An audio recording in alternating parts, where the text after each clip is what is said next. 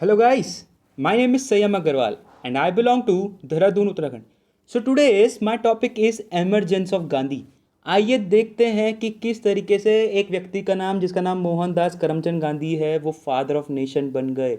किस तरीके से मोहनदास करमचंद गांधी को महात्मा का टाइटल दिया गया। आइए शुरू करें।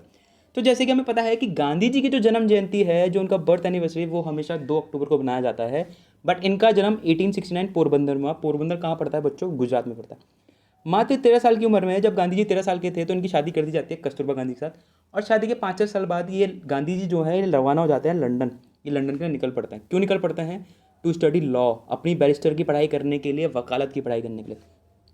3 साल वकालत की पढ़ाई करने के बाद 1891 में इंडिया आ जाते हैं गांधी जी। गांधी जी अपनी वकालत की पढ़ाई करने के बाद 3 साल बाद इंडिया में वापस आ जाते हैं। उसके बाद 1891 से 1893 तक इंडिया में प्रैक्टिस करता है, बॉम्बे हाई कोर्ट में प्रैक्टिस करता है। But desired outcome, desired result इनको नहीं मिलता। बट सडनली दादा अब्दुल्ला नाम का एक व्यक्ति जो बिजनेसमैन है वो गांधी जी को एक ऑफर देता है, कॉन्ट्रैक्ट देता है। ठीक, क्या ऑफर? कि सर हमारा एक केस है, आप आए साउथ अफ्रीका और उसको लड़ें। Now this is the turning point जहाँ पे गांधी जी का जो सिग्निफिकेंस है वो देखने को मिलता है। अब ऐसा हुआ क्या बच्चों, एक दिन गांधी जी डरबन से प्रिटोरिया ट्रेवल कर रहे थे इन ट्रेन। तो वहाँ पर ड्यू टू डिस्क्रिमिनेशन उनको बाहर उठाकर फेंक दिया जाता है इन पीटर्स मैट्रिसबर्ग रेलवे स्टेशन पे।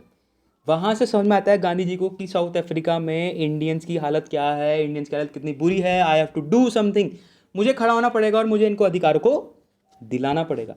तो इसी चीज़ को कंटिन्यू रखने के लिए गांधी जी इंट्रोड्यूस करते हैं 1894 में नटाल इंडियन कांग्रेस। और इसी थोड़े टाइम बाद इसी सीक्वेंस में एज अ एम्बुलेंस कॉप भी ये ट्रीट करते हैं बोर वॉर। ना बोर वॉर क्या थी? साउथ अफ्रीका की एक इंडिपेंडेंट लड़ाई थी। इसके लिए उनको एक मेडल भी दिया जाता है, एक टाइटल भी दिया जाता है। उस टाइटल का नाम है केसरी ए हिंद। राइट। लड़ाई के बाद गांधी जी वापस आए थे 1901 में। और 1901 में गांधी जी जब वापस आते हैं तो इस टाइम कांग्रेस का सेशन भी अटेंड करते हैं, जो कहाँ होता है? कलकत्ता में।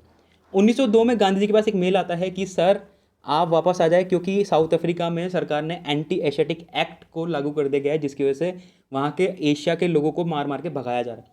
1903 में गांधी जी साउथ अफ्रीका वापस जाते हैं और वहाँ पर इंट्रोड्यूस करता है ट्रांसवर्ल ब्रिटिश इंडियन एसोसिएशन। और यहीं से शुरू होता है इंडियन ओपिनियन का खेल। इंडियन ओपिनियन एक वीकली था जो अंग्रेजी न्यूज़पेपर में छपा करता था। नाउ 1904 में गांधी जी बनाते हैं फिनिक्स आश्रम या Phoenix Indian settlement for the welfare of Indian community. इसी सेम सीक्वेंस में, इसी सेम सीरीज में 1910 में एक टॉलस्टॉय फार्म का गठन किया जाता है गांधी जी द्वारा। और उसको बाद में रीनेम कर दिया गया एज अ गांधीयन आश्रम। ना कहानी जो है वो 1910 से 1912 बहुत बदतर होने लगी। लेकिन गांधी जी को क्या करना था? वहाँ के लोगों को राइट दिलाना था। तो गांधी जी ने टूर करना शुरू करा। और 1913 आते आते इन्होंने इंट्रोड्यूस करा ट्रांसफर मार्च। 1914 में वहाँ की सरकार ने इंडियन रिलीफ एक्ट पास कर दिया और ये बोल दिया कि ठीक है, आप जो यहाँ पे जो इंडियन है उनको भी हम अधिकार देने की कोशिश करेंगे। इसके तुरंत बाद गांधी जी रवाना हो जाते हैं इंडिया के लिए। और इंडिया में लैंड कब करते हैं? 9 जनवरी 1915 को बॉम्बे में। और इनका स्वागत करते हैं Gopal Krishna Gokhale. Basically Gopal Krishna Gokhale is the political Guru of Mahatma Gandhi. ना गांधी जब इंडिया आते हैं तो सबसे पहला अपने जो आश्रम बनाते हैं उसका नाम है कोचराब आश्रम। याद रखिएगा, कोचराब आश्रम।